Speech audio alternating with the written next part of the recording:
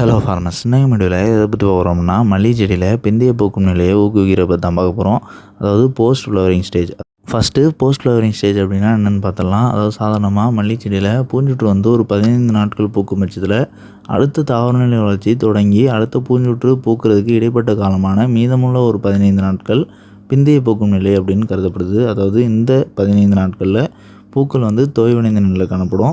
So இதுவே பூஞ்சொற்று 15 நாட்களுக்கு பதிலாக 21 நாட்கள் நீடித்து பூக்கும் பட்சத்தில் பூக்கள் தோய்வடையக்கூடிய நாட்கள் குறைவாக இருக்கும். ஸோ பூஞ்சொற்றை நீடித்து பூக்க வைக்கிறதுக்கும் பூக்கள் தோய்வடையக்கூடிய அந்த போஸ்ட் ஃப்ளவரிங் ஸ்டேஜில் பூக்களை அதிகரிக்கிறதுக்கும் நம்ம எந்த டைமில் என்ன பயன்படுத்தலாம் அப்படிங்கிறத தான் பார்க்க போகிறோம். ஸோ அதை பற்றி பார்க்குறதுக்கு முன்னாடி நம்ம பிந்தைய பூக்கும் நிலையை ஊக்குவிச்சிருக்கக்கூடிய மல்லிகை செடிகளை பற்றி பார்த்துடலாம். இப்போ நீங்கள் ஸ்க்ரீனில் பார்க்குற மல்லிகை செடிகள் எல்லாமே இந்த மாதிரி பிந்தைய பூக்கும் நிலையை ஊக்குவிச்ச மல்லிகை செடிகள் தான். ஸோ இந்த மல்லிகை செடிகள்லாம் நீங்கள் பார்த்தீங்கன்னா தெரியும். இதில் பூஞ்சொற்று ஆரம்பித்து சரியாக ஒரு 5 நாட்கள்கிட்ட ஆயிடுச்சு.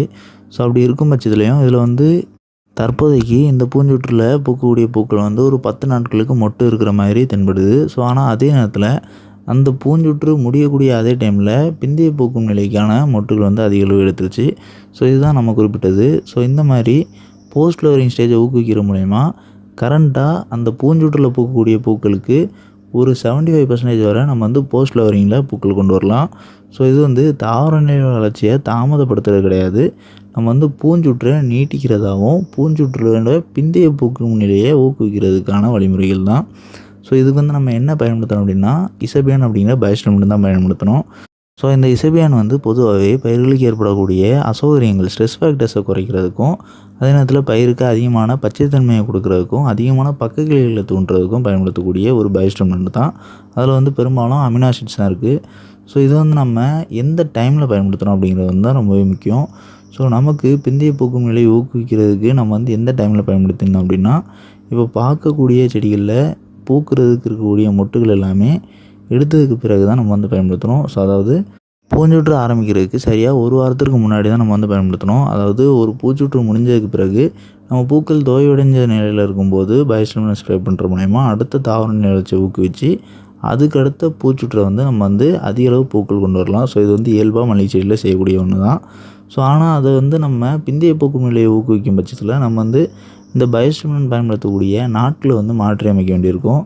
ஸோ அப்படின்னா நம்ம சரியாக பூஞ்சொற்று ஆரம்பிக்கிறதுக்கு ஒரு வாரத்திற்கு முன்னாடி பயன்படுத்தியிருந்தோம் அப்படின்னு சொன்னோம்.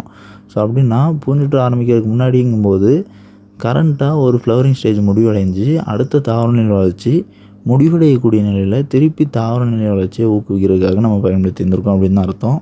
ஸோ நீங்கள் ஸ்க்ரீனில் பார்க்குற மல்லிகை செடிகள் மாதிரி உங்களோட மல்லிகை செடிலையும் பூஞ்சொற்று நீடித்து பூக்கணும் அப்படிங்கிற பட்சத்துலையும் இல்லைனா பிந்தைய பூக்கும் நிலையை ஊக்குவிக்கணும் அப்படின்னு நீங்கள் நினைக்கிறீங்க அப்படின்னா ஒரு பூஞ்சொற்று முடிவடைந்த பிறகு தாவர நிலை வளர்ச்சியை ஊக்குவிக்கிறதுக்கு நீங்கள் பயோஸ்டிமுலன்ட் பயன்படுத்துறது ஒரு 10 நாட்களுக்குள்ளேயே பயன்படுத்திடணும்.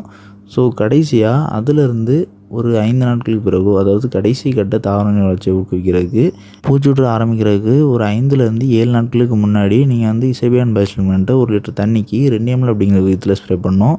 ஸோ இதை ஸ்ப்ரே பண்ணக்கூடிய டைமில் நீங்கள் முடிஞ்ச அளவு மல்லிகை செடிகளுக்கு வெயில் நேரத்தில் வாடாத அளவுக்கு தண்ணீர் கொடுக்கணும். அதிகமான அளவு தண்ணீர் கொடுக்கக்கூடாது. ஸோ அப்படி கொடுக்கும் பட்சத்தில் பிந்தைய பூக்கும் நிலையில் பூக்களுக்கு பதிலாக கொடி வளர்ச்சி அதிகமாக ஆரம்பிச்சிடும். ஸோ அதனால் தண்ணீர் போதுமான அளவு இருக்கணும், வெயிலில் வாடாத அளவுக்கு இருக்கணும். ஸோ நம்ம குறிப்பிட்டக்கூடிய வழிமுறைகளை பின்பற்றும் பட்சத்தில் நீங்கள் பார்த்தீங்கன்னா தெரியும். இதில் பூக்கக்கூடிய பூக்கள் இருக்குது. அதே சமயத்தில் இந்த பூக்கள் எல்லாம் இன்னும் ஒரு 10 நாட்களில் பூத்து முடிஞ்சதுக்கு பிறகு இன்னொரு ஃப்ளவரிங் ஸ்டேஜ் உடனே ஆரம்பிக்கிற மாதிரி அதிகமான பக்க கிளைகள் தூண்டப்பட்டு அதில் பூக்கள் உற்பத்தி எடுக்கும்.